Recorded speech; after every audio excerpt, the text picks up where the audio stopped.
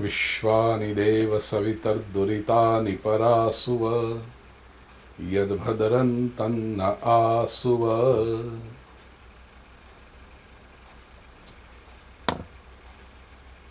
आत्मीय स्वजनों,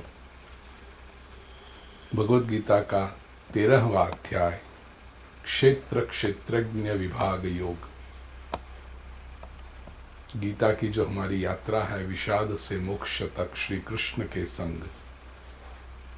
आइए अंतिम त्रिक 1 से 6 अध्याय कर्मयोग, 7 से 12 अध्याय भक्ति योग और 13 से 18 अध्याय ज्ञान योग का आरंभ अब करते हैं। 13वें अध्याय को प्रभु ने कहा क्षेत्र क्षेत्रज्ञ विभाग योग। क्षेत्र और क्षेत्रज्ञ का जो विभाग, जो समझ दे, अंतर करके बताए, वो योग है। शब्द का अर्थ श्लोकों के साथ ही हम समझने का प्रयास करें। इस अध्याय का आरंभ प्रभु स्वयं करते हैं। श्री भगवान उवाच इदं शरीरं कौन्तेय क्षेत्रमित्यभिधीयते एतद्यो वेत्ति तं प्राहुः क्षेत्रज्ञ इति तद्विदः। हे कौन्तेय, हे अर्जुन, इदं शरीरं क्षेत्रम इति अभिधीयते। यह शरीर को क्षेत्र ऐसे कहा जाता है। और एतत् यह वेत्ति तम तद्विदः क्षेत्रज्ञ इति प्राहुः। इस क्षेत्र को जो जानता है उसे, उस क्षेत्र के जानकार, उस विभाग के जानकार ज्ञानी लोग क्षेत्रज्ञ ऐसा कहते हैं। यह शरीर क्षेत्र कहा जाता है और शरीर को, क्षेत्र को जानने वाला क्षेत्रज्ञ कहा जाता है। अब ये अगेन टेक्निकल शब्द है, पारिभाषिक शब्द है, इसे समझने का प्रयास करें। ये शरीर जो है वो क्षेत्र है। क्षेत्र शब्द से अर्थ होता है क्षेत्र, जहाँ खेत सादा अपभ्रंश शब्द हुआ, जहां से पकता है, जहां से कुछ प्राप्त होता है, जहां अल्प डालो बहु प्राप्त होता है। लेकिन डालने के बाद वहां पर ध्यान रखना पड़ता है, संभाल देनी पड़ती है। केवल डाल देने से नहीं होता, उसे संजोया जाता है, संभाला जाता है, तब जो डाला है उससे कई गुना प्राप्त होता है। प्रिय स्वजनों, ये शरीर खेत है। इसमें भी जीवात्मा जब आकर रहता है और उसमें जो बोया जाता है, बोने के बाद उस पर ध्यान रखा जाए, उस पर संभाल लिया जाए, उसे संजोया जाए, तो जो भी बोया है वो कई गुना होकर के प्राप्त होता है। भाषा में जिनको रस, उनके लिए कहूं, संस्कृत में स्त्री के लिए भी क्षेत्र शब्द है, क्योंकि संतान की प्राप्ति होती है, कुछ प्राप्त होता है उसमें से। भगवद गीता का जो पॉजिटिव एटीट्यूड है समग्र सृष्टि के प्रति, ये पहला श्लोक 13वें अध्याय का भी इसी बात को पुष्ट करता है। धर्म के नाम पर विश्व भर में शरीर की बहुत निंदा की गई। शरीर को बंधन रूप माना गया, शरीर को माया का पुतला माना गया, शरीर को अस्थि मांस चर्म लहू का झोला माना गया। क्या रखा है इस शरीर में, व्यर्थ है, ऐसे कहा गया। भगवान श्री कृष्ण न सृष्टि की निंदा करते हैं, न शरीर की निंदा करते हैं। परमात्मा श्री कृष्ण कहने कहा सृष्टि मैंने बनाई है, और ये शरीर भी, जीवात्मा को जो शरीर प्राप्त हुआ है वो परमात्मा की किसी दिव्य योजना के अंतर्गत प्राप्त हुआ है। शरीर क्षेत्र है, शरीर एक मौका है।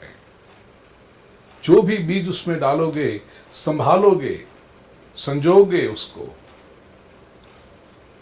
तो जो भी आपने रखा है वो अनंत गुना करके शरीर वापस लेता है। This human body is a divine opportunity. आप उस अपॉर्चुनिटी का, उस मौके का सदुपयोग करते हो, और ये सदुपयोग कैसे करना है, अपने जीवन को कैसे धन्य बनाना है, ईश्वर की अनुभूति के मार्ग पर कैसे सफलतापूर्वक अग्रसर होना है, ये बात 13वें अध्याय में प्रभु स्वयं समझाते हैं कि ये शरीर यदि क्षेत्र है तो उसमें क्या बोना है, क्या उगाएंगे, क्या प्राप्ति करेंगे इसमें से। ये शरीर की संभावनाएं क्या है। ये शरीर केवल भोग भुगतने के लिए नहीं मिला है, सुख दुख की प्राप्ति करने के लिए नहीं मिला है, कर्म भोग के अंतर्गत जाने के लिए नहीं मिला है। ये शरीर सदुपयोग करने के लिए मिला है।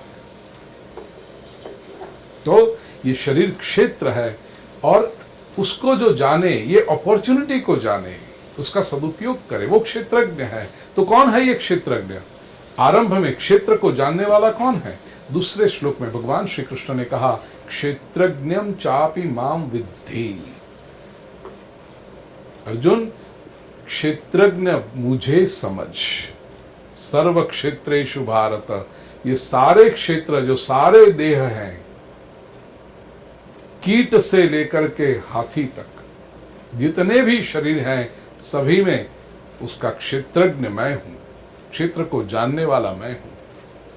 और क्षेत्र क्षेत्रज्ञ और ज्ञानम यत्तज ज्ञानम मतम मम, ये क्षेत्र और क्षेत्रज्ञ का जो ज्ञान है वो ही मेरा ज्ञान है। जिसने क्षेत्र को ठीक से समझ लिया, क्षेत्र के अधिपति ऐसे मुझको ठीक से समझ लिया, वही ज्ञानी कहलाता है। क्या है ये प्रभु, कैसा है ये क्षेत्र? देखिए, सबसे पहली बात तो भगवान यहां पर अपना अधिकार प्रस्थापित करते हैं कि ये क्षेत्र का स्वामी मैं हूं, क्षेत्र का मालिक मैं हूं। क्यों? क्योंकि तत्क्षेत्रम यच्च यादृक्च यद विकारी यतश्च यत् सचयो यत् प्रभावश्च तत्समासेन मे शृणु। ये क्षेत्र कैसा है, क्या है, क्या उसके विकार हैं, किस प्रकार का ये होता है, कैसे आता है, ये सारे जो जिसके प्रभाव में ये शरीर चलता है, ये सब मुझे मेरे पास से समासेन, संक्षेप में, शृणु, सुनो।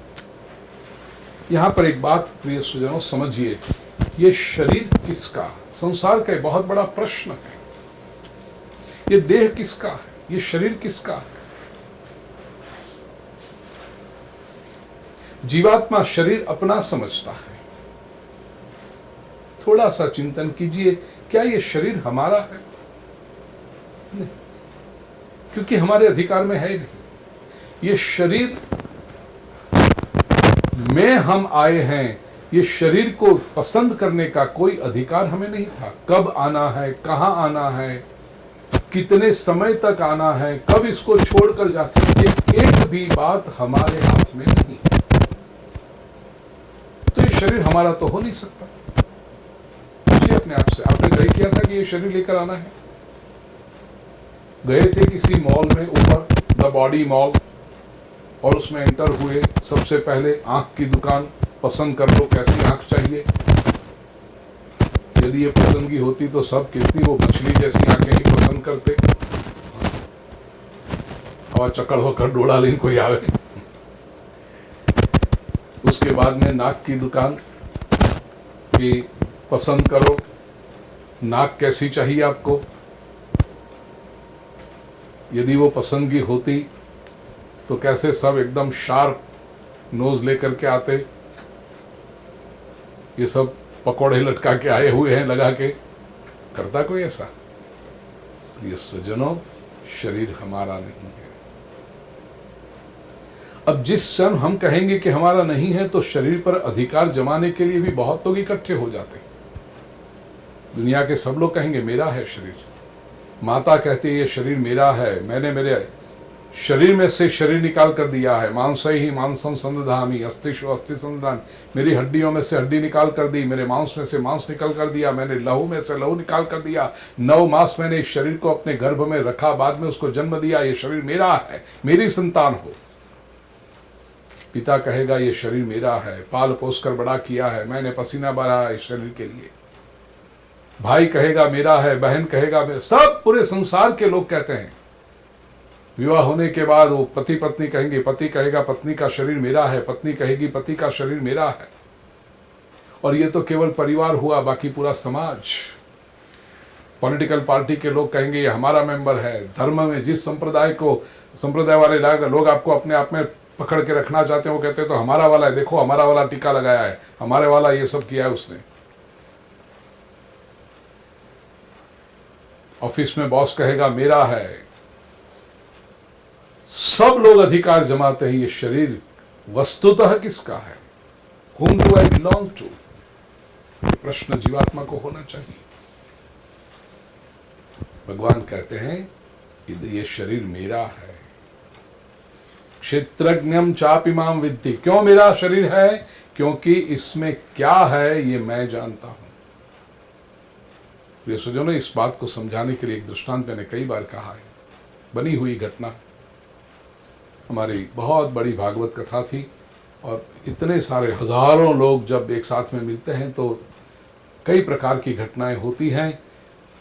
कोई एक पर्स ऑफिस में, कार्यालय में आकर के दे गया, lost and found department. Announcement करवाई गई कि एक पर्स, लेडीज पर्स मिला है, जिसका हो कार्यालय में जाकर ले ले। 12 बहनें पहुंच गई वहां पर। हमारे वॉलंटियर ने दिखाया ये पर्स है, तो 4 लोग तो वहां से निकल गए कि हमारा नहीं है, लेकिन 8 लोग कहते हैं ये पर्स हमारा है। पर्स एक, अधिकार जमाने वाले 8 का तो हो नहीं सकता, पर्स तो किसी एक का होता है।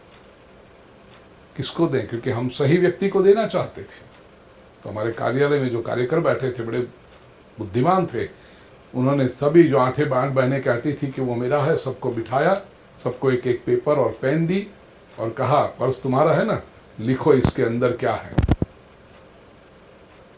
अब कुछ लोगों ने फिर भी अपनी हिम्मत आगे रखी, पर्स में क्या होता है, पैसे थे, चाबियां थी, ऐसी जनरल बातें लिखी। लेकिन जिसका पर्स असल में था वो तो प्रिसाइज लिस्ट बनाया। पैसे थे तो कितने थे, कौन सी नोट कितनी थी, साथ में मैं यहाँ आई तो बस की इतने पैसे की टिकट थी, कल मैंने मेरे पुत्र की स्कूल की फीस भरी थी तो ये स्कूल की इतने रुपए की फीस भरी है, वो रिसीट है। घर की चाबियां हैं और चाबियां भी 3 बड़ी चाबियां हैं, 2 छोटी हैं। मेरे पति का बिजनेस कार्ड अंदर है, विजिटिंग कार्ड अंदर है। टेलर को मैंने कुछ ड्रेस सिलवाने के लिए दिए थे तो ये टेलर का ऐसा अंदर बिल है अंदर। प्रिसाइज बातें, स्वाभाविक है। पर्स खोला गया, इस लिस्ट के साथ बातें मिली, उस बहन को पर्स सौंपा गया। पर्स के अंदर क्या था ये तुम्हें पता है, इसलिए पर्स तुम्हारा। ये बटुआ है ना प्रिय स्वजन, 5.5 फुट का, ये भी संसार के मेले में खो गया है। और जो भी आता है इसके ऊपर हाथ रख देता है, ये मेरा है। असल में किसका है? भगवान श्री कृष्ण कहते हैं बताओ, पूछो, सबको पता है इसके अंदर क्या रखा है, ये जीवन कैसे चलता है, ये मिट्टी के खिलौने कैसे नाच रहे हैं, पता है किसी को? किसी को पता नहीं। भगवान श्री कृष्ण कहते हैं मुझे पता है ये क्षेत्र कैसा है। वर्णन करते हैं, ये भगवान कहते हैं कि ये जो वर्णन मैं कर रहा हूं क्षेत्र कैसा है, ये वर्णन करने वाला मैं पहला व्यक्ति नहीं हूं। भगवान श्री कृष्ण की नम्रता देखिए, श्रेष्ठ ज्ञान प्रदान कर रहे हैं लेकिन कोई भी अहंकार नहीं ला रहे। मैं बोल रहा हूं ऐसी बात प्रभु नहीं कह रहे, प्रभु यश दूसरों को दे देते हैं।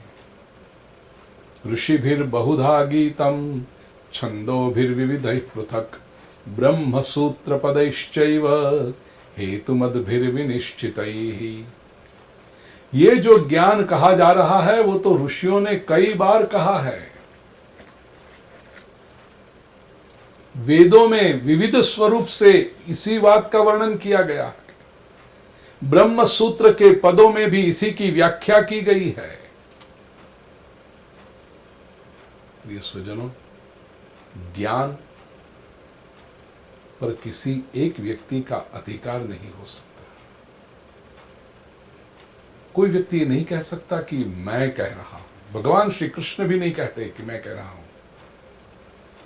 सत्य एक होता है, सत्य सनातन होता है, सत्य की धारा बह रही है। हम केवल उस धारा में से अंजलि भर लेकर के अपने जीवन को धन्य कर सकते हैं। लेकिन सत्य की इस सनातन धारा में से अंजलि प्राप्त करें, तब वो धारा जहां से बह रही है उस स्रोत के प्रति कृतज्ञता का भाव व्यक्त करना न भूलें, और उस धारा पर अपना अधिकार तो कतई न जमाएं। बहती हुई नदी में से मटका भर के पानी लाए और फिर सबसे कहो कि ये देखो मैं पानी पिला रहा हूं। अरे मटका तो तुम अभी नदी में से भर कर ले आए, तुम होते कौन हो? जो अहंकार रहित होता है वही ज्ञान को बांट सकता है, और उसी के द्वारा प्रकट हुआ ज्ञान श्रोता के और साधक के अंतःकरण को स्पर्श करता है। ज्ञान में जहां अहंकार की बू आने लगे, बदबू आने लगे, दुर्गंध आने लगे, वो ज्ञान समझ के बाहर हो जाता है। वो ज्ञान व्यक्ति के अंतःकरण को स्पर्श नहीं कर सकता। ज्ञान तो नम्रता के माधुर्य से मिला हुआ चाहिए।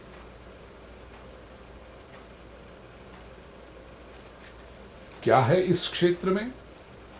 5वें श्लोक में भगवान श्री कृष्ण कहते हैं, महाभूतान्यहंकारो बुद्धिरव्यक्तमेव च इंद्रियाणि दशैकञ्च पंचचेन्द्रिय गोचरः इच्छा द्वेष सुखम दुखम संघातश्चेतना धृति एतत् क्षेत्रम समासेन सविकारमुदाहृतम। 5वें और 6ठे श्लोक में भगवान श्री कृष्ण ने कहा, इतनी बातें ये क्षेत्र में रखी हुई हैं।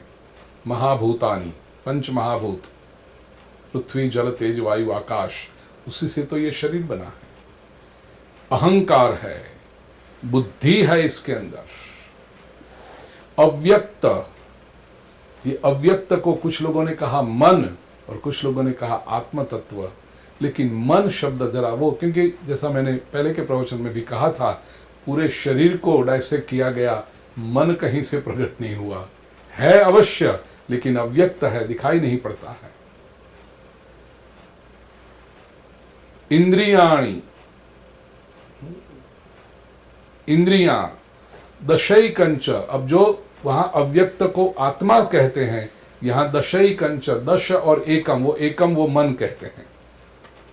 और पंचचेंद्रिय, 10 इंद्रिय, 5 ज्ञानेन्द्रिय, 5 कर्मेंद्रिय, और पंचचेंद्रिय गोचराः, 5 जो है इंद्रिय के गोचर अर्थात इंद्रिय के विषय, तन्मात्राएं, शब्द स्पर्श रूप रस गंध। इच्छा है इसके अंदर, द्वेष भी है, सुख दुख की अनुभूति है, संघात है, पूरा साथ में हुआ ये, और चेतना है, धृति है, धारण शक्ति है। ये सब बातें मिलकर के संक्षेप में भगवान कहते हैं, उसके अपने कुछ विकार भी हैं। संघातश्चेतना धृति एतत् क्षेत्रम समासेन, इस प्रकार संक्षेप में ये क्षेत्र का वर्णन किया। ठीक है, तो ये तो मिला हुआ है, ये तैयार है, जो भगवान ने दिया है क्षेत्र, शरीर। अब इस क्षेत्र में उगाना क्या है? ये क्षेत्र का साफल्य कैसे आता है? भगवान कहते हैं इस क्षेत्र में क्या उगाओ। याद रखो भाई, शरीर हमारा नहीं है, शरीर का स्वामी प्रभु है। तो इसका अर्थ ये हुआ कि हमने भगवान के पास से ये शरीर भाड़े पर लिया है। गुजराती में एक बहुत सुंदर भजन है, तारे રહેવું ભાડાના મકાનમાં, जीव तू शाने फरे छे गुमानमा, तारे રહેવું भाड़ाना मकानमा। तो हम भगवान के टेनेंट हैं। टेनेंट कैसे रहना चाहिए? जो घर का मालिक चाहे ऐसे रहे, घर को संभाल के रखे, ठीक समय पर भाड़ा चुकाता रहे, घर को ठीक से मेंटेन करे, तो फिर लीज एक्सटेंड करने की इच्छा होगी। 11 महीने के लिए रहने को दिया है और घर इतना खराब कर रखा, इतना गंदा कर रखा, दीवारों का कलर उखाड़ दिया, कहीं सब खिले ठोक दिए, भाड़ा समय पर चुकाता नहीं है, तो मकान मालिक भी कहेगा ना, ठीक है भाई, एक बार के लीज कर ली है, पूरी होने दे, एक्सटेंड नहीं करूँगा इसको अभी। लेकिन जिसने मकान को अच्छी तरह से मेंटेन करके रखा, वो मालिक भी प्रसन्नता से कहेगा कि लीज एक्सटेंड करो, कोई चिंता नहीं, अच्छी तरह से रखते हो तो। ऐसे ये भाड़े के मकान में हम रहते हैं, मालिक स्वामी ईश्वर है, प्रभु है, हम कैसे रखते हैं जीवन को? क्या समय समय पर परमात्मा का जो हमें भाड़ा चुकाना है वो अच्छी तरह से चुका रहे हैं? हम हमारा कर्तव्य अदा कर रहे हैं? जीवन को ठीक से चला रहे हैं, जीवन को सुंदर कर रहे हैं? और ऐसा जीवन सुंदर होगा तो प्रभु भी कहेगा कि बार बार तुझे मनुष्य जन्म देने में कोई आपत्ति नहीं है, क्योंकि तो विकसित होते जाता है। अरे और फैसिलिटी भी फिर मकान मालिक बढ़ाता है कि चलो अभी तक एसी नहीं लगा था, हम एसी लगा देते हैं इस बार, और कुछ अच्छा, फ्लोरिंग अच्छा कर देते हैं, पेंटिंग करके देते हैं। ऐसे जीवन यदि ठीक से जियोगे तो भगवान भी इसको अपग्रेड करता जाएगा, जीवन श्रेष्ठ होता जाएगा, सुख सुविधाएं जीवन में आती रहेगी, भौतिक समृद्धि आती रहेगी, और वो संभालते हुए भी यदि परमात्मा की दिशा में चलते रहे तो परमात्मा और अपनी ओर लिए जाएगा। लेकिन जीवन को कबाड़ा करके रख दिया, कचरा करके रख दिया, तो भगवान कहते हैं एक बार तुझे मनुष्य जन्म दे दिया, अब फिर से ये भूल कभी न करेंगे। प्रिय स्वजनों, जीवन को उन्नत बना के रखिए, जीवन ऐसे जिए जो परमात्मा को प्रसन्नता प्रदान करें। और इस जीवन में क्या उगाना है, कौन से गुण लाने हैं, तो 13वें अध्याय के ये 7वें श्लोक से प्रभु समझाते हैं। अमानित्वम, अदम्भित्वम, अहिंसा, क्षांतिरार्जवम, आचार्योपासनम, शौचम, स्थैर्यमात्म विनिग्रह। कितने सुंदर गुण बताए हैं ये सब। इंद्रियार्थेषु वैराग्यम, अनहंकार एव च, जन्म मृत्यु जरा व्याधि दुख दोषानुदर्शनम। 7वें श्लोक में प्रभु ने कहा अमानित्वम, सबसे पहले इसमें अमानित्व, मान रहितता, इस गुण को लाना। मान की अभिलाषा व्यक्ति की भीतर के खाली पने को प्रदर्शित करती है। व्यक्ति भीतर से जितना खाली, उतना उसको बाहर संसार में मान चाहिए। जो भीतर से भरा हुआ है, जो भीतर से समृद्ध है, वो बाहरी मान सम्मान की अपेक्षा नहीं करता। और मान की अभिलाषा न होना, ये भी मैं कहूं, ग्रेप सार सावर जैसी स्थिति नहीं होनी चाहिए। कई बार ऐसा होता है कि व्यक्ति को लगता है क्या मुझ में कि मान मिले, तो वो फिर कहता नहीं, हमें मान नहीं चाहिए, तुझे देगा भी कौन, तेरे में है क्या मान देने जैसा। तो कुछ न हो और मान की अभिलाषा न रखें, उसको अमानित्व नहीं कहेंगे। अभाव का बहुत गौरव नहीं होना चाहिए, या डिप्राइवेशन का भी बहुत गौरव नहीं होना चाहिए। समझदारी पूर्वक, जीवन तो श्रेष्ठ है, लेकिन सम्मान की अभिलाषा, वो अपने गुण, अपने जीवन में गुण लाता है, इसलिए नहीं कि मुझे मान मिले, गुण लाता है इसलिए कि मेरा जीवन अच्छा बनना चाहिए।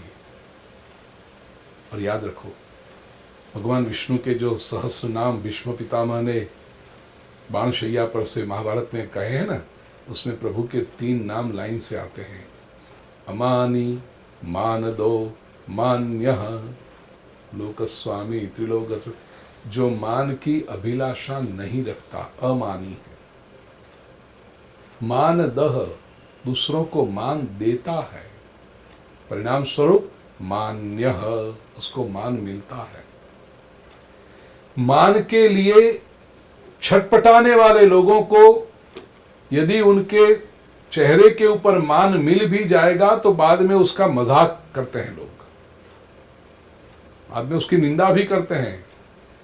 लेकिन जो अपने जीवन में सद्गुणों को संक्रांत करता है, जीवन को श्रेष्ठ बनाता है, फिर भी मान की अभिलाषा नहीं रखता, लोगों के अंतःकरण में अपने आप आदर निर्माण होता है और उस व्यक्ति को मान मिले बिना रहता नहीं। अमानित्वम, अदम्भित्वम, दंभ रहितता, दंभ, हिपोक्रेसी। दंभ ये तो आसुरी लक्षण है। 16वें अध्याय में हम देखेंगे भगवान जब डेविलिश सिम्टम्स का वर्णन करते हैं, डेविलिश कैरेक्टरिस्टिक्स का वर्णन करते हैं, आसुरी लक्षण का वर्णन करते हैं, उस समय सबसे पहले दंभ कहते हैं। दंभो दर्पोभिमानश्च क्रोधः पारुष्यमेव च। दंभ का अर्थ है जो सद्गुण अपने में नहीं है उसका प्रदर्शन करना, और जो दुर्गुण है, जो दोष है, उसको छुपाना, ये दंभ है। समाज में लोगों को अच्छा बनना कठिन लगता है, इसलिए शॉर्टकट ढूंढते हैं, अच्छे होने का दिखावा करते हैं। लेकिन दिखावा केवल भ्रांति है। मोहरे कभी चेहरा नहीं बन सकते, मोहरा कभी वास्तविकता नहीं बन सकता। मोहरा पहनकर दुनिया को छला जा सकता है, अपने सामने जब खड़े रहोगे तो मोहरा नहीं चलता, अपने तो स्वयं तो अपना चेहरा देखना पड़ता है। दंभ व्यक्ति को अधःपतित करता है। ये शरीर में से दंभ को निकालो, जीवन में से दंभ को निकालो। अमानित्वम, अदम्भित्वम, हो सके उतने पारदर्शक हो जाओ प्रिय स्वजन। जैसे हो वैसे प्रकट हो जाओ। जैसे से प्रकट यदि होंगे और उसमें दोष होगा तो अपने आप उस दोष को दूर करने की इच्छा होगी। दोष को छुपाकर दंभ करते हुए गुण नहीं है वो भी प्रकट करते रहोगे तो गुण कभी लाने की इच्छा नहीं होगी, और जो दोष है उनको निकालने की इच्छा नहीं होगी। इसलिए दंभ हो सके उतने जल्दी B free from hypocrisy.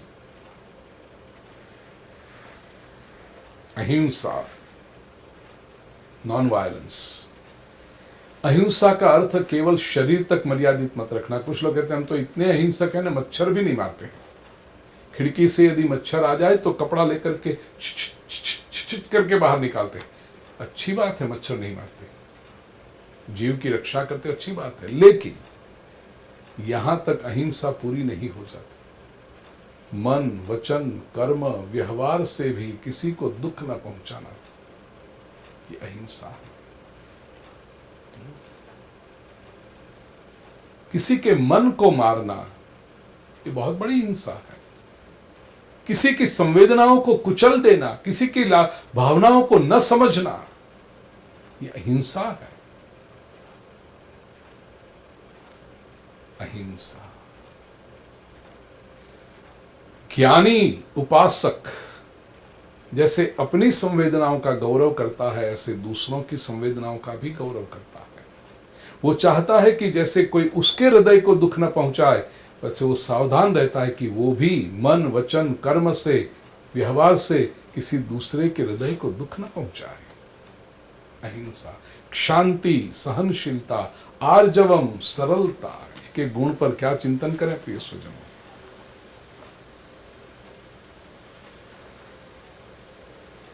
YouTube channel पूज्य श्री भाई आप देख रहे हैं, इस वर्ष अमेरिका पेंसिल्वेनिया हैरिसबर्ग में भगवद गीता के 13वें अध्याय पर प्रवचन हुए हैं। वहाँ पर बहुत डिटेल में हमने ये सब गुणों का वर्णन किया है। आप वो अवश्य ध्यान से पढ़िएगा, सुनिएगा, तो उसमें एक एक गुण डिटेल में समझाए गए हैं। आचार्योपासनम, आचार्य की उपासना। शौच, आचार्य जिसके पास से हमने कुछ पाया है उसके नजदीक बैठना, जो हमसे कुछ आगे है अध्ययन में, अनुभव में, समाज के कल्याण की दृष्टि में, उसके विजन में, उसकी दृष्टि में। व्यक्ति का अपना विजन सीमित रहता है। आचार्य जो है, आचिनोति इति आचार्य, जो आचरण में रखता है वो आचार्य है। उसका दृष्टिकोण बहुत बड़ा होता है। पूरे समाज को किसकी आवश्यकता है, आज नहीं कल के लिए किसकी आवश्यकता है, आने वाली पीढ़ी, युवा पीढ़ी है, वो क्या चाहती है, उसके जीवन कैसे दिव्य बनेंगे, ये बहुत सारी बातें एक साथ लेकर के जो समाज को कुछ संदेश दे रहे हैं वो आचार्य हैं। आचार्य के शब्द तो महत्वपूर्ण होते ही हैं, और शब्द से भी महत्वपूर्ण उनका आचरण होता है। किसी महापुरुष के पास बैठ कर के केवल शब्दों पर ध्यान मत दीजिएगा, उसके जीवन का निरीक्षण कीजिएगा। शब्द की शक्ति तो मर्यादित है, जीवन में से बहुत कुछ प्राप्त होगा। उसकी चेतना को समझने का प्रयास कीजिएगा। आचार्य उपासनम, उपासना का अर्थ केवल टीका लगाना, माला पहनाना, वो नहीं।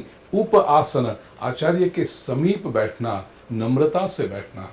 हमारे यहाँ तो वैदिक साहित्य में उपनिषद कहा ही उसे उप नी सद। उप का अर्थ समीप, नी नम्रता से, सद बैठना।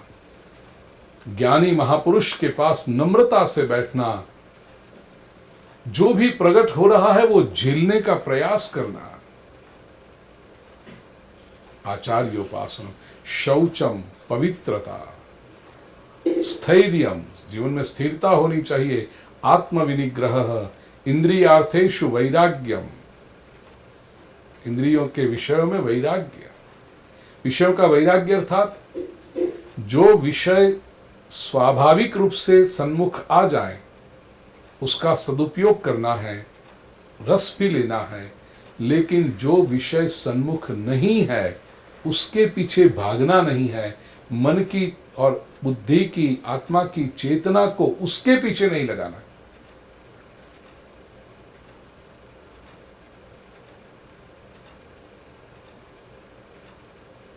अतीत में भोगे हुए विषयों का चिंतन और वो बार बार कब मिलता रहे उसी के अंदर बुद्धि को लगाना, ये शरीर की, मन की, बुद्धि की ऊर्जा का अपव्यय है। This is wastage of energy.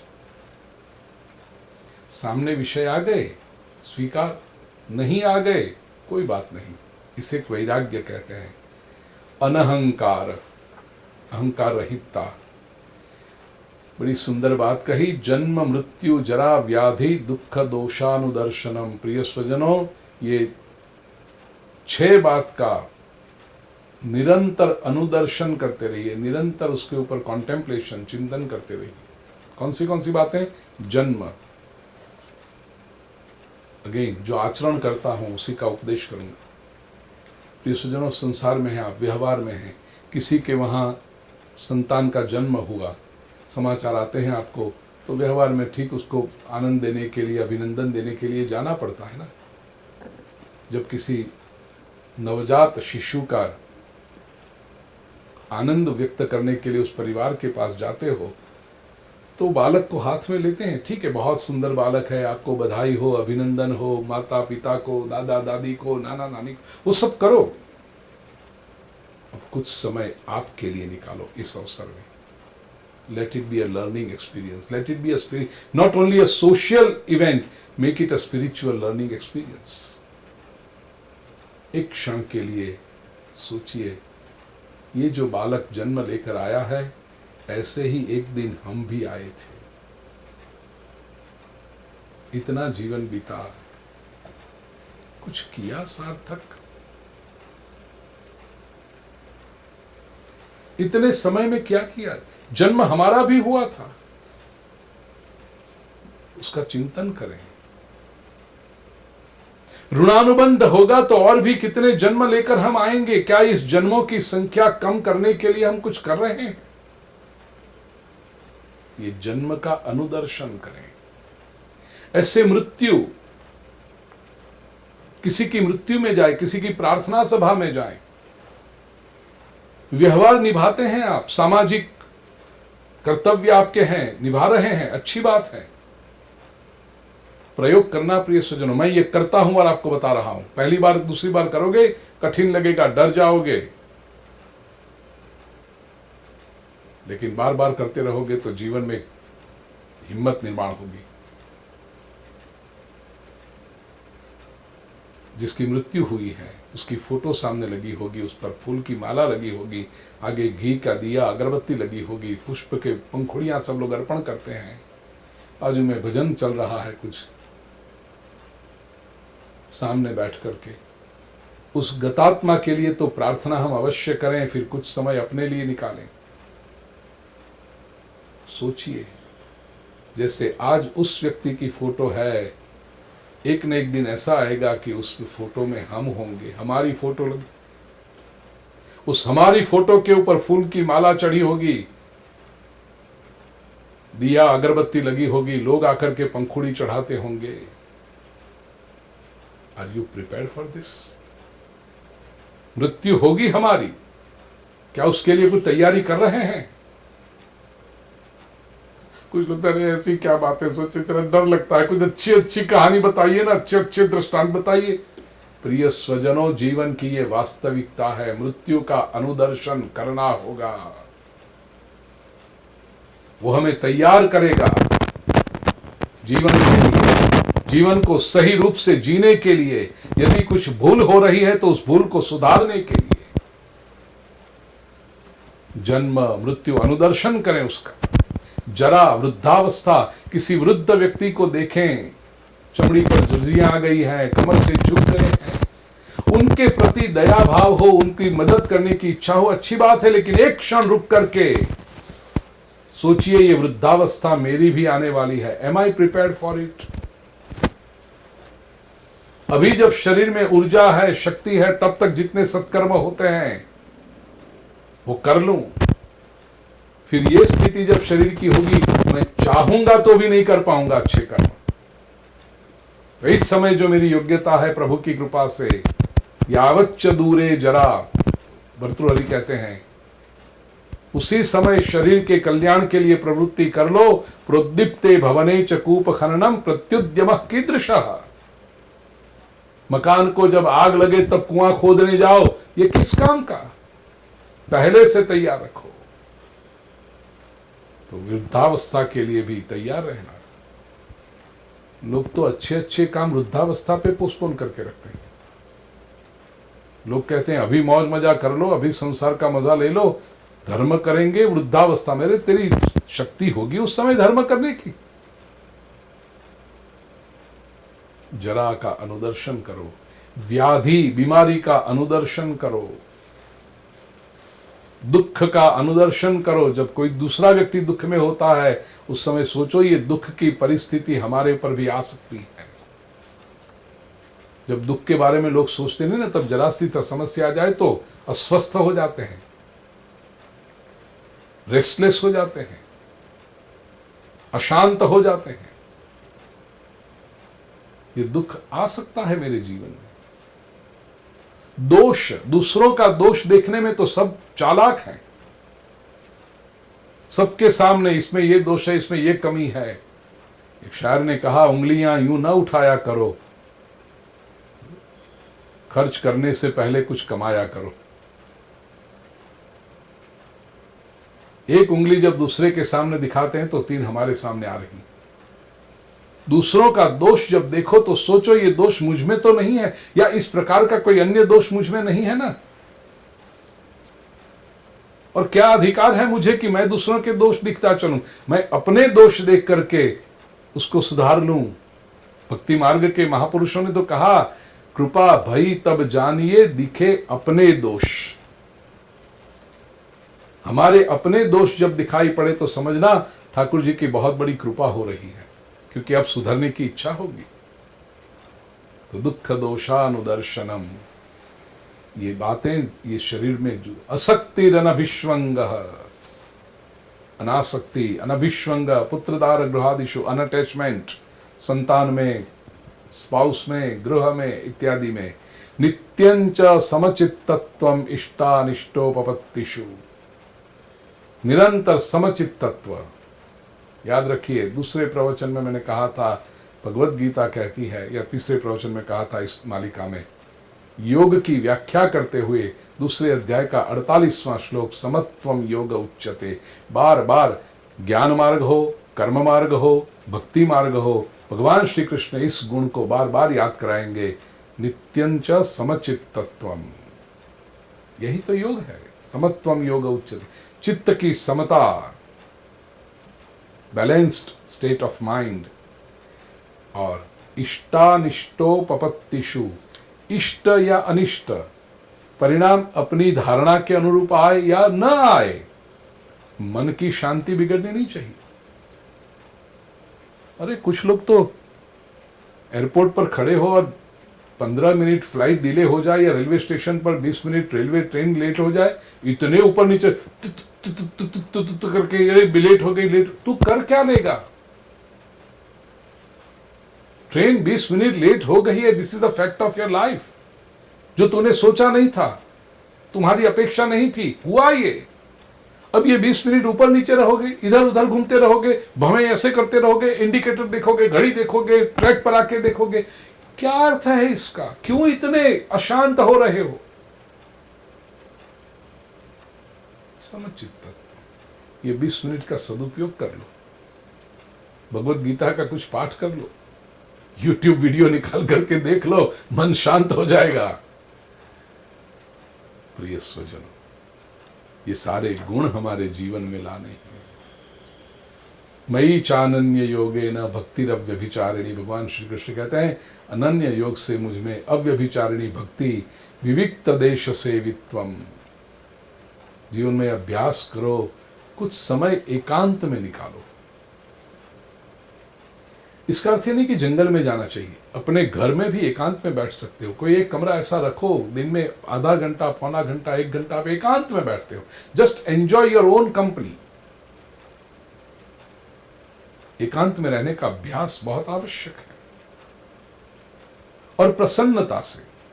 Confinement नहीं है ये, सॉलिटरी कन्फाइनमेंट, अकेले बैठ गए, अकेले क्या करें, बोर हो गए, बैठे रहे, ऐसे नहीं। अकेले में आनंद आना चाहिए। Enjoy your aloneness. विविक्त देश सेवित्वम अरतिर जन संसदी। लोग इकट्ठे हुए हैं, भीड़ भाड़ हुई है, उससे अरति होनी चाहिए।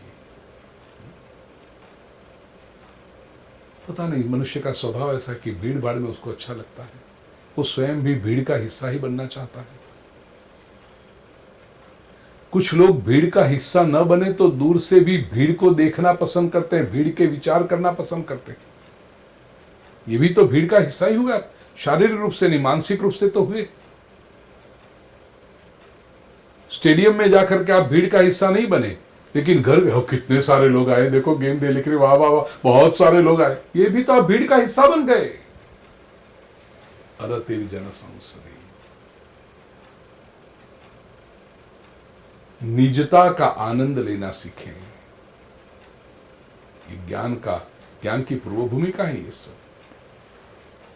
अध्यात्म ज्ञान नित्यत्वम तत्व ज्ञानार्थ दर्शनम। नित्य अध्यात्म ज्ञान में to go deeper into anything. केवल ऊपर जो दिखाई पड़ता है वो न देखें, सतह की चीजों से प्रभावित न हो जाएं, गो डीपर। और अध्यात्म, प्रिय स्वजनों, भगवत गीता को संपूर्ण रूप से सुनना। आरंभ के लिए कुछ अध्याय को सिलेक्ट करें, वो ठीक है, लेकिन भगवत गीता का जो उपदेश है वो यूनिवर्सल है, वो कंसिस्टेंट है, कनेक्टेड है। अध्यात्म क्या है? स्वभावोध्यात्म उच्यते। 8वें अध्याय में भगवान ने व्याख्या की है। स्व को जो उन्नत करे, द प्योर सेल्फ को इवॉल्व करे, ऐसे ज्ञान में रस लेना सीखें। केवल इंफॉर्मेशन के शिकार न बने।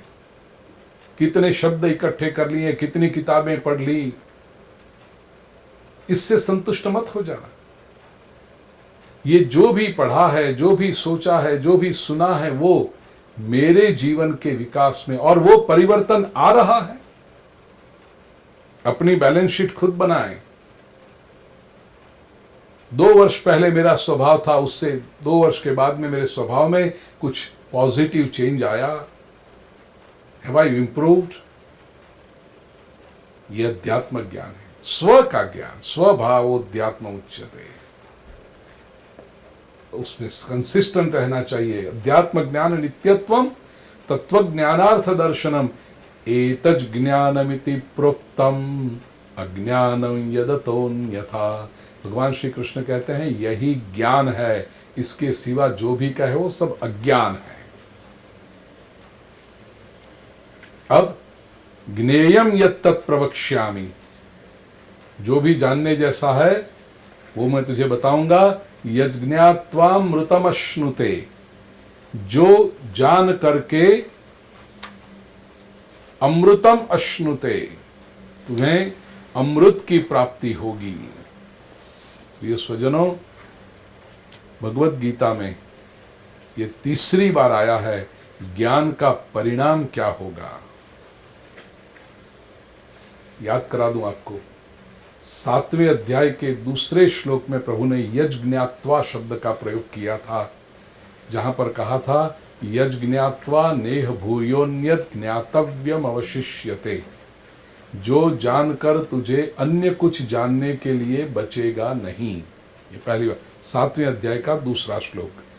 फिर 9वें अध्याय में प्रभु ने कहा था पहले ही श्लोक में, यज्ञात्वा मोक्ष्यसे शुभात्, जो जान करके तुम अशुभ से बच जाओगे, अशुभ से मुक्त हो जाओगे।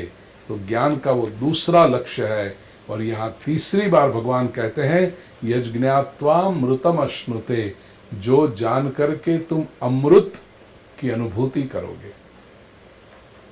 ये ज्ञान के 3 लक्षण है प्रिय स्वजन। ज्ञान क्या है? जो जानकर और कुछ जानने को बचता नहीं है, जो जानकर जीवन से अशुभ से मुक्ति मिलती है जीवन के में, और जो जानकर अमृत की प्राप्ति होती है। ऐसा ये ज्ञान प्रभु कहते हैं मैं तुम्हें बताने जा रहा हूं। अनादिमत परम ब्रह्म न सत्तन नासदुच्यते, ये ब्रह्म है, अनादि है, पर है, और वो सत भी नहीं है, असत भी नहीं है। सर्वतः पाणिपादं तत्सर्वतो शिक्षिशिरो मुखम, ये ब्रह्म का वर्णन है।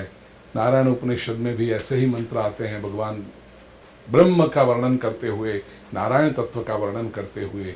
सर्वतः पाणिपादम, चारों तरफ हस्त है, चरण है, सर्वतोक शिशिरो मुखम। भगवान का विश्वरूप दर्शन भी हमने किया 11वें अध्याय में, उसमें भी प्रभु का यही वर्णन था, क्योंकि वो ब्रह्म तत्व है। चारों तरफ अक्षी आंखें हैं, शीर है, मुख है।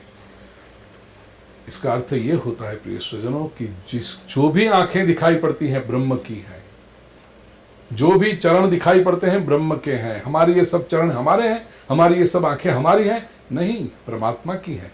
हमारी आंखों से परमात्मा ही देख रहा है, हमारे चरणों से प्रभु ही गति कर रहा है, हमारे इन हाथों से प्रभु ही कार्य कर रहा है। ये ब्रह्म का लक्षण है। सर्वतः श्रुतिमल्लोके, चारों तरफ कान वो भी ब्रह्म के ही हैं। सर्वमावृत्य तिष्ठति, दुनिया में जो भी कान है वो प्रभु के ही तो हैं। कबीर का दोहा मुझे अति प्रिय है, चींटी के पैरों में पायल बजे, वो भी मेरा साहब सुनता है। बात कितनी सूक्ष्म है, देखिए चींटी, एन एंट, उसके पैर कितने छोटे बाल जैसे, उसमें पायल, ओहो कितना छोटा होगा वो पायल, क्या होगा उसकी गढ़ाई, क्या होगी उसके अंदर का कंकड़, क्या होगा, क्योंकि वो भी बजे, उसका ध्वनि कितना होगा, वो भी मेरा साहब सुनता है। परमात्मा वो भी सुन रहा है। Nothing goes unnoticed from the eyes and years of God. ये ईश्वर का सामर्थ्य है, ये ब्रह्म का सामर्थ्य है। सर्वेंद्रिय गुणाभासम, सर्वेंद्रिय, सभी इंद्रियों में वो है भी और सर्वेंद्रियों से बाहर भी है। सर्वेंद्रिय विवर्जितम, असक्तम सर्वभृच्चैव निर्गुणम गुणभोक्तृ, वो स्वयं निर्गुण है लेकिन सारे गुणों का भोक्ता वो है। बहिरंतश्च भूतानामंत अचरम चरमेव च, प्राणियों के भीतर भी है, बाहर भी है, स्थिर भी है, चलित भी है। सूक्ष्मत्वात् तद विज्ञेयम दूरस्थं चान्तिके, वो सूक्ष्म भी है, बड़ा भी है, दूर भी है, समीप भी है। ईशावास्य उपनिषद में भी ये कहा कि अंतिके और दूर भी है। सारे विरोधाभास, ऑल द कॉन्ट्राडिक्शंस जहां पर एकत्र होकर रहे वही पूर्ण है। पूर्ण की ये व्याख्या है प्रिय सुजनों। तो यहां जो गुण आपको कॉन्ट्राडिक्टिंग लगते हैं वो सारे गुण परमात्मा में एक साथ में रहते हैं। जैसे आपकी संतान का कलर बॉक्स हो तो कलर बॉक्स में परस्पर ऑपोजिट कलर्स हैं, उसमें व्हाइट भी क्रेयॉन है और ब्लैक भी है। वो सब साथ में रहें तब वो कलर बॉक्स पूर्ण होता है। ऐसे ये परस्पर विरोधी लक्षण जहां साथ में दिखाई पड़े, को एग्जिस्टेंस दिखाई पड़े, वहीं पर ब्रह्म है, क्योंकि ब्रह्म पूर्ण है। दूरस्थम चान्तिके च तत् अविभक्तं च भूतेषु विभक्तमिव च स्थिरम्। देखिए भूता में प्राणी मात्रा में अविभक्त भी है और विभक्त भी रहता है। भूत भर्तृच तज्ज्ञेयम कृषिष्णु प्रभविष्णु च, ऐसे सुंदर ये ब्रह्म का वर्णन किया है। कहाँ है वो? ज्योतिषामपि तज्ज्योति तमसः परमुच्यते, तमस के पर, ज्योतियों में परम ज्योति, परम प्रकाश, ज्ञानम ज्ञेयम ज्ञानगम्यम, ऐसा ये ब्रह्म तत्व हृदय सर्वस्य विष्ठितम, वो सभी के अंतःकरण में बसा हुआ है। भगवान कहते हैं अर्जुन, इति क्षेत्रम तथा ज्ञानम ज्ञेयम च समासतः उक्तम। क्षेत्र, ज्ञान तथा और ज्ञेय संक्षेप में बताया है। मदभक्त एतद विज्ञाय मदभावायोपपद्यते, जो भी मेरा भक्त है वो इसको जानकर, इसको समझ करके मेरे भाव को प्राप्त करता है, मुझे प्राप्त करता है। अब प्रकृति और पुरुष का परिचय देते हुए भगवान कहते हैं कि प्रकृतिम पुरुषं चैव विद्यनादि उभाव, प्रकृति भी अनादि है, पुरुष भी अनादि है। यह सांख्य दर्शन है। सांख्य दर्शन में प्रकृति और पुरुष दोनों को अस्तित्व है, दोनों को सत्ता है और दोनों को अनादि माना है, दोनों को पावरफुल माना है, विदाउट बिगिनिंग माना है। विकार और जो गुण है ये सारे प्रकृति से उत्पन्न होते हैं। जो भी चेंज आता है, जो भी परिवर्तन आता है या जो भी इवोल्यूशन होता है, ये दोनों प्रकृति का लक्षण है। कार्य कारण कर्तृत्व हेतु प्रकृति रुच्यते। प्रकृति क्या है? कार्य और करण का कर्तृत्व। कार्य वर्क, करण इंस्ट्रूमेंट और कर्तृत्व क्रिया जो हो रही है वो पुरुषार्थ, ये तीन का हेतु प्रकृति है। तो पुरुष क्या है? पुरुष सुख दुखानाम भोक्तृत्व हेतु रुच्यते। कर्म करने के बाद जो उसका परिणाम आता है, सुख या दुख, उसका भोक्ता जो है, वो फल जो लेता है, वो पुरुष है। कर्म का संकल्प पुरुष का, कर्म जो हो रहा है, जिन साधनों से हो रहा है और जो क्रिया हो रही है, वो प्रकृति है। और उसके बाद जो परिणाम आता है, वो जो भोगता है, वो पुरुष है। मुझे लगता है ये बात थोड़ी स्पष्ट हो जाएगी, आपके चिंतन करिएगा, समझ लीजिए।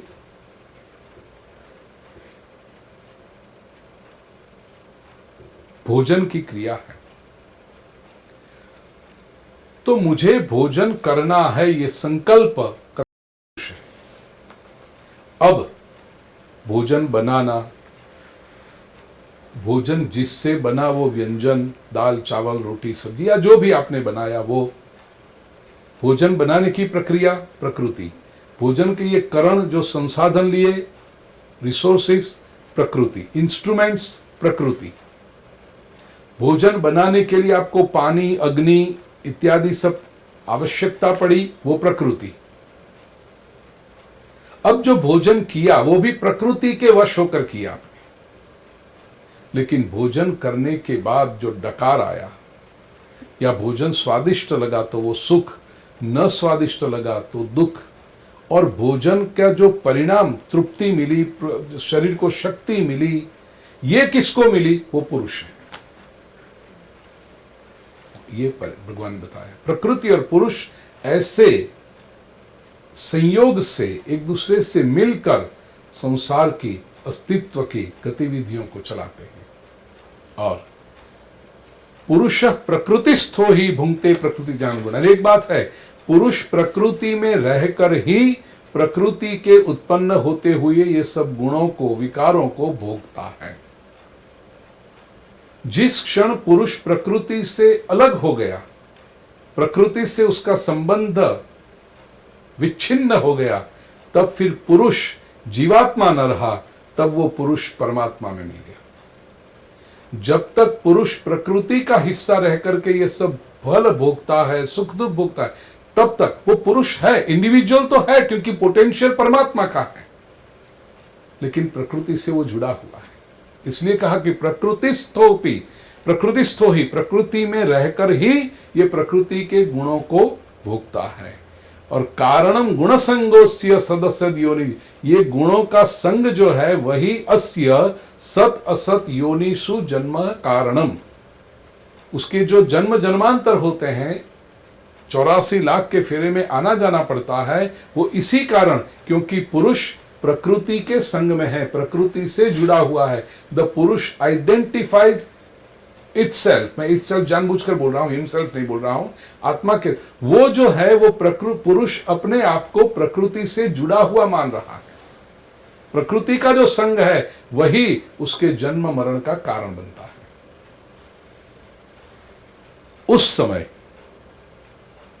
पुरुष के अंदर रहे हुए परमात्मा की भूमिका क्या है? उपद्रष्टा अनुमंता च भर्ता भोक्ता महेश्वर, ये परमात्मा की भूमिका है। परमात्मेति चाप्युक्तो देहेस्मिन् पुरुषः परः। अब इसी अस्मिन् देहे, इस शरीर के अंदर जीवात्मा रूपी पुरुष भी है और परः पुरुष, परमात्मा भी इसी के अंदर है। तो उसकी भूमिका क्या है? पहले उपद्रष्टा, ऊपर रह करके दृष्टा बनता है।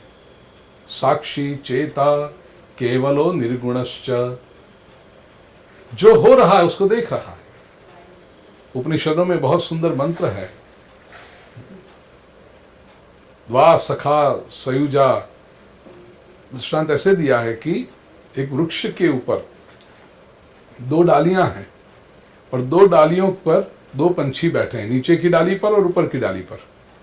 नीचे की डाली पर जो पंछी बैठा है वो फल खाता है, चुगता है, जो भी करता है, चींची चींची करता है, प्रवृत्ति करता है।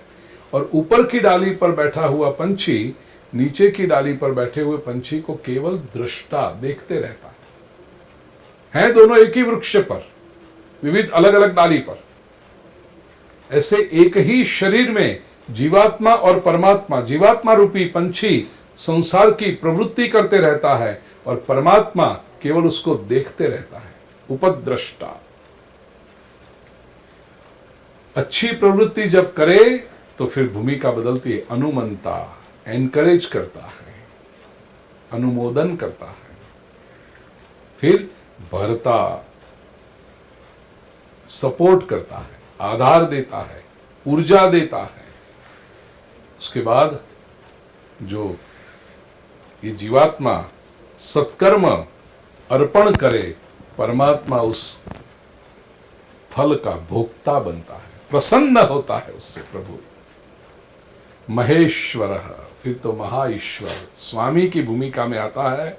और फिर अंतिम जो टोच की अनुभूति है, जीवात्मा को पता चलता है मैं परमात्मा ही हूं। परमात्मा की कृपा से उसे लगता है परमात्मा, अब जीवात्मा और परमात्मा में कोई अंतर है ही नहीं। परमात्मेति चाप्युक्तो देहेस्मिन् पुरुषः परः। थोड़ा सा प्रिय सुजन आपको स्मरण करा दूं, 9वें अध्याय का 18वां श्लोक भी यही स्थिति में था। गतिर्भर्ता प्रभु साक्षी निवास शरणम सुरत प्रभव प्रलय स्थानम निधानम बीजम अव्यय। ये प्रभु की विविध भूमिकाएं हैं। य एवं वेत्ति पुरुषम प्रकृतिंच गुणैः सह, प्रकृति और गुणों के साथ में ये जो जान लेता है, सर्वथा वर्तमानोपि न स भूयो भी जायते, वो जीवन में किसी भी प्रकार की प्रवृत्ति करे, व्यवहार करे, फिर भी उसको बार बार अब जन्म लेना नहीं पड़ता है। पुनर्जन्म के साइकिल से वो छूट जाता है। इस परमात्मा तत्व को कुछ लोग ध्यानेन आत्मनि पश्यन्ति, ध्यान के द्वारा आत्मा में उसका दर्शन करते हैं। केचिद आत्मानम आत्मना, के कुछ लोग आत्मा से आत्मा में उसका दर्शन करते हैं। अन्य सांख्येन योगेन, ये परम तत्व की अनुभूति कुछ लोग सांख्य से करते हैं, ज्ञान से करते हैं। कर्म योगेन चापरे, कुछ लोग कर्मयोग से करते हैं। अब कोई कहे ये ध्यान, ये ज्ञान, आत्मा का दर्शन, कर्मयोग, ये तो बड़ी बड़ी बातें हुई, सांख्य, ये तो हमारी समझ में नहीं आता, तो क्या हमें परमात्मा की अनुभूति नहीं होगी? 25वें श्लोक में प्रभु ने अपनी करुणा बहाई है। प्रभु कहते हैं अन्ये त्वेव मजानंत श्रुत्वान्येभ्यो उपासते। अन्य कुछ लोग ये सब नहीं जानते, केवल श्रवण करते हैं, जिन्होंने ये अनुभव पाया है, अध्यात्म के मार्ग पर चलते हुए जिन्होंने कुछ परमात्मा की झलक पाई है, और ये लोग जब अपने अनुभव का वर्णन करते हैं, कुछ लोग शांति से वो श्रवण करते हैं, श्रुत्वा। भगवान श्री कृष्ण कहते हैं तेपि चातितरन्त्येव मृत्युम श्रुति परायणाः। ये जो श्रुति परायण है, श्रद्धा से, प्रेम से, आदर से, एकाग्रता से केवल श्रवण भी यदि करें तो ये श्रुति परायण लोग भी मृत्यु को तैर जाते हैं। लेकिन ये श्रुति परायण होना अर्थात प्रेम से और आदर से, उसमें फिर अपनी बुद्धि की चोंच बीच में मत मारते रहना, नहीं तो वो श्रुति परायण नहीं कहा जाता। तो केवल श्रद्धा से जो श्रवण भी करे वो भी अतितरंती, पार हो जाते हैं मृत्यु को। यावत् संजायते किंचित सत्वम स्थावर जंगमम क्षेत्र क्षेत्रज्ञ संयोगा तद्विद्धि भरतर्षभ। अर्जुन, ये क्षेत्र क्षेत्र के संयोग, जो भी कुछ हो रहा है, स्थावर जंगम क्रियाएं हो रही हैं प्रभु, ये सब क्षेत्र और क्षेत्रज्ञ के संयोग से हो रहा है। परमात्मा कैसा है? परमात्मा तो समम सर्वेषु भूतेषु, जीव मात्र में वो समान है। विनश्यत स्वविनश्यंतम यह पश्यति सपश्यति। जो सर्जन हो रहा है, जिसका विनाश हो रहा है, जिसका नहीं हो रहा है, जो परिवर्तित हो रहा है, उन सभी में समान रूप से स्थित परमात्मा को जो देखता है, अनुभव करता है, वो ही ज्ञानी है। और ये समदर्शन जिसका आ गया, वह व्यक्ति न ही नस्त्यात्मनात्मानम, वो कभी भी आत्मा से, आत्मा को कभी हीन नहीं, हनन नहीं करता, कभी अवमान नहीं करता, कभी गलत धारणा नहीं बनाता। हिनस्ति का अर्थ आत्मा से आत्मा का हनन नहीं करता। ततो याति परांगति, वो परम गति को पाता है। प्रकृत्यैव च कर्माणि क्रियमाणानि सर्वशः यः पश्यति तथात्मानम् अकर्ता। प्रकृति सब कर रही है, ये लीला जिसको पता चल गई, वो कर्म करते हुए भी अकर्तारम सपश्यति, वो कर्महीन, कर्तृत्व भाव के विहीन रहता है। और ये जब आता है, सारे पृथक भाव को छोड़कर एकत्स्थम अनुपश्यति, एक को जब दर्शन कर लेता है, तत एव च विस्तारम ब्रह्म संपद्यते तदा, तब ब्रह्म की प्राप्ति होती है। परमात्मा कैसा है? अनादित्वात् निर्गुणत्वात् परमात्मायम अव्ययः। ये परमात्मा अनादि है, अविनाशी है, निर्गुण है। शरीरस्थोपि कौन्तेय, हे अर्जुन, ये परमात्मा शरीर में होते हुए भी, चूंकि वो अनादि है, चूंकि वो अविनाशी है, और चूंकि वो निर्गुण है, इसलिए न करोति न लिप्यते, न वो कुछ करता है, न किसी से लिप्त होता है, न किसी से चिपकता है। दो दृष्टांत से प्रभु ने बताया इस बात को। पहला दृष्टांत 32वें श्लोक में दिया, यथा सर्वगतम सूक्ष्म्याद आकाशं नोपलिप्यते। आकाश जैसे सब जगह है लेकिन सूक्ष्म रूप से है, तो इसलिए आकाश पे कुछ चिपकता नहीं है। आप मुट्ठी भर के रंग होली के समय उड़ाओ या पिचकारी भर के रंग की पानी डालो, ये पानी गया तो आकाश में, लेकिन आकाश रंगीन हुआ नहीं। कुछ क्षणों के लिए वो रंग का उड़ेगा तो रंग के कण दिखाई पड़ेंगे, लेकिन वो रंग के नीचे सेटल हो गए, आकाश रंगीन नहीं होता है। ठीक इसी तरह सर्वत्रावस्थितो देहे तथात्मा नोपलिप्यते, सभी शरीरों में रहकर भी आत्मा लिप्त नहीं होता है, चिपकती नहीं है कोई भी बात। क्यों? सूक्ष्मता के कारण। यहां पर 33वें श्लोक में प्रभु ने दूसरा दृष्टांत दिया, यथा प्रकाशयत्येक कृत्स्नम लोकमिमं रविः। सूर्य तो एक ही है, लेकिन एक ही सूर्य समग्र लोक को, समग्र सृष्टि को प्रकाशित करता है। ठीक इसी तरह क्षेत्रम क्षेत्री तथा कृत्स्नम प्रकाशयति भारत। क्षेत्र को, क्षेत्री एक है, क्षेत्रज्ञ एक है, लेकिन वो सारे क्षेत्रों को प्रकाशित करता है। जैसे एक सूर्य सभी पूरे विश्व को प्रकाशित करता है, ऐसे एक आत्मा, एक परमात्मा ये सारे शरीरों को, सारे क्षेत्रों को प्रकाशित करता है। जिसने अपनी ज्ञान चक्षु से क्षेत्र और क्षेत्रज्ञ का ये अंतर समझ लिया, वह भूत प्रकृति मोक्षं ये च ये विदुर यान्ति ते परम। भूत प्राणी, जीवात्मा और प्रकृति, और उससे फिर मोक्ष कैसे पाना, ये पूरी प्रक्रिया जिसको ध्यान में आ गई, भगवान कहते हैं वो ज्ञानी लोग परम यान्ति, वो परम तत्व को पाते हैं। क्षेत्र क्षेत्रज्ञ का ये सुंदर ज्ञान भगवान ने हमें कृपा करके प्रदान किया है। उस ज्ञान पर चिंतन करें, स्वयं क्षेत्र और अपने भीतर बसे हुए क्षेत्रज्ञ रूपी परमात्मा को समझें और इस शरीर में क्या उगाना है वो गुणों को संक्रांत करें, जीवन दिव्य बने। यही सद्भावना के साथ ओम तत्सदिति श्रीमद्भगवद्गीतासु उपनिषत्सु ब्रह्म विद्यायां योगशास्त्रे श्रीकृष्णार्जुन संवादे क्षेत्र क्षेत्रज्ञ विभाग योगो नाम त्रयोदशोऽध्यायः। श्रीकृष्णार्पणमस्तु।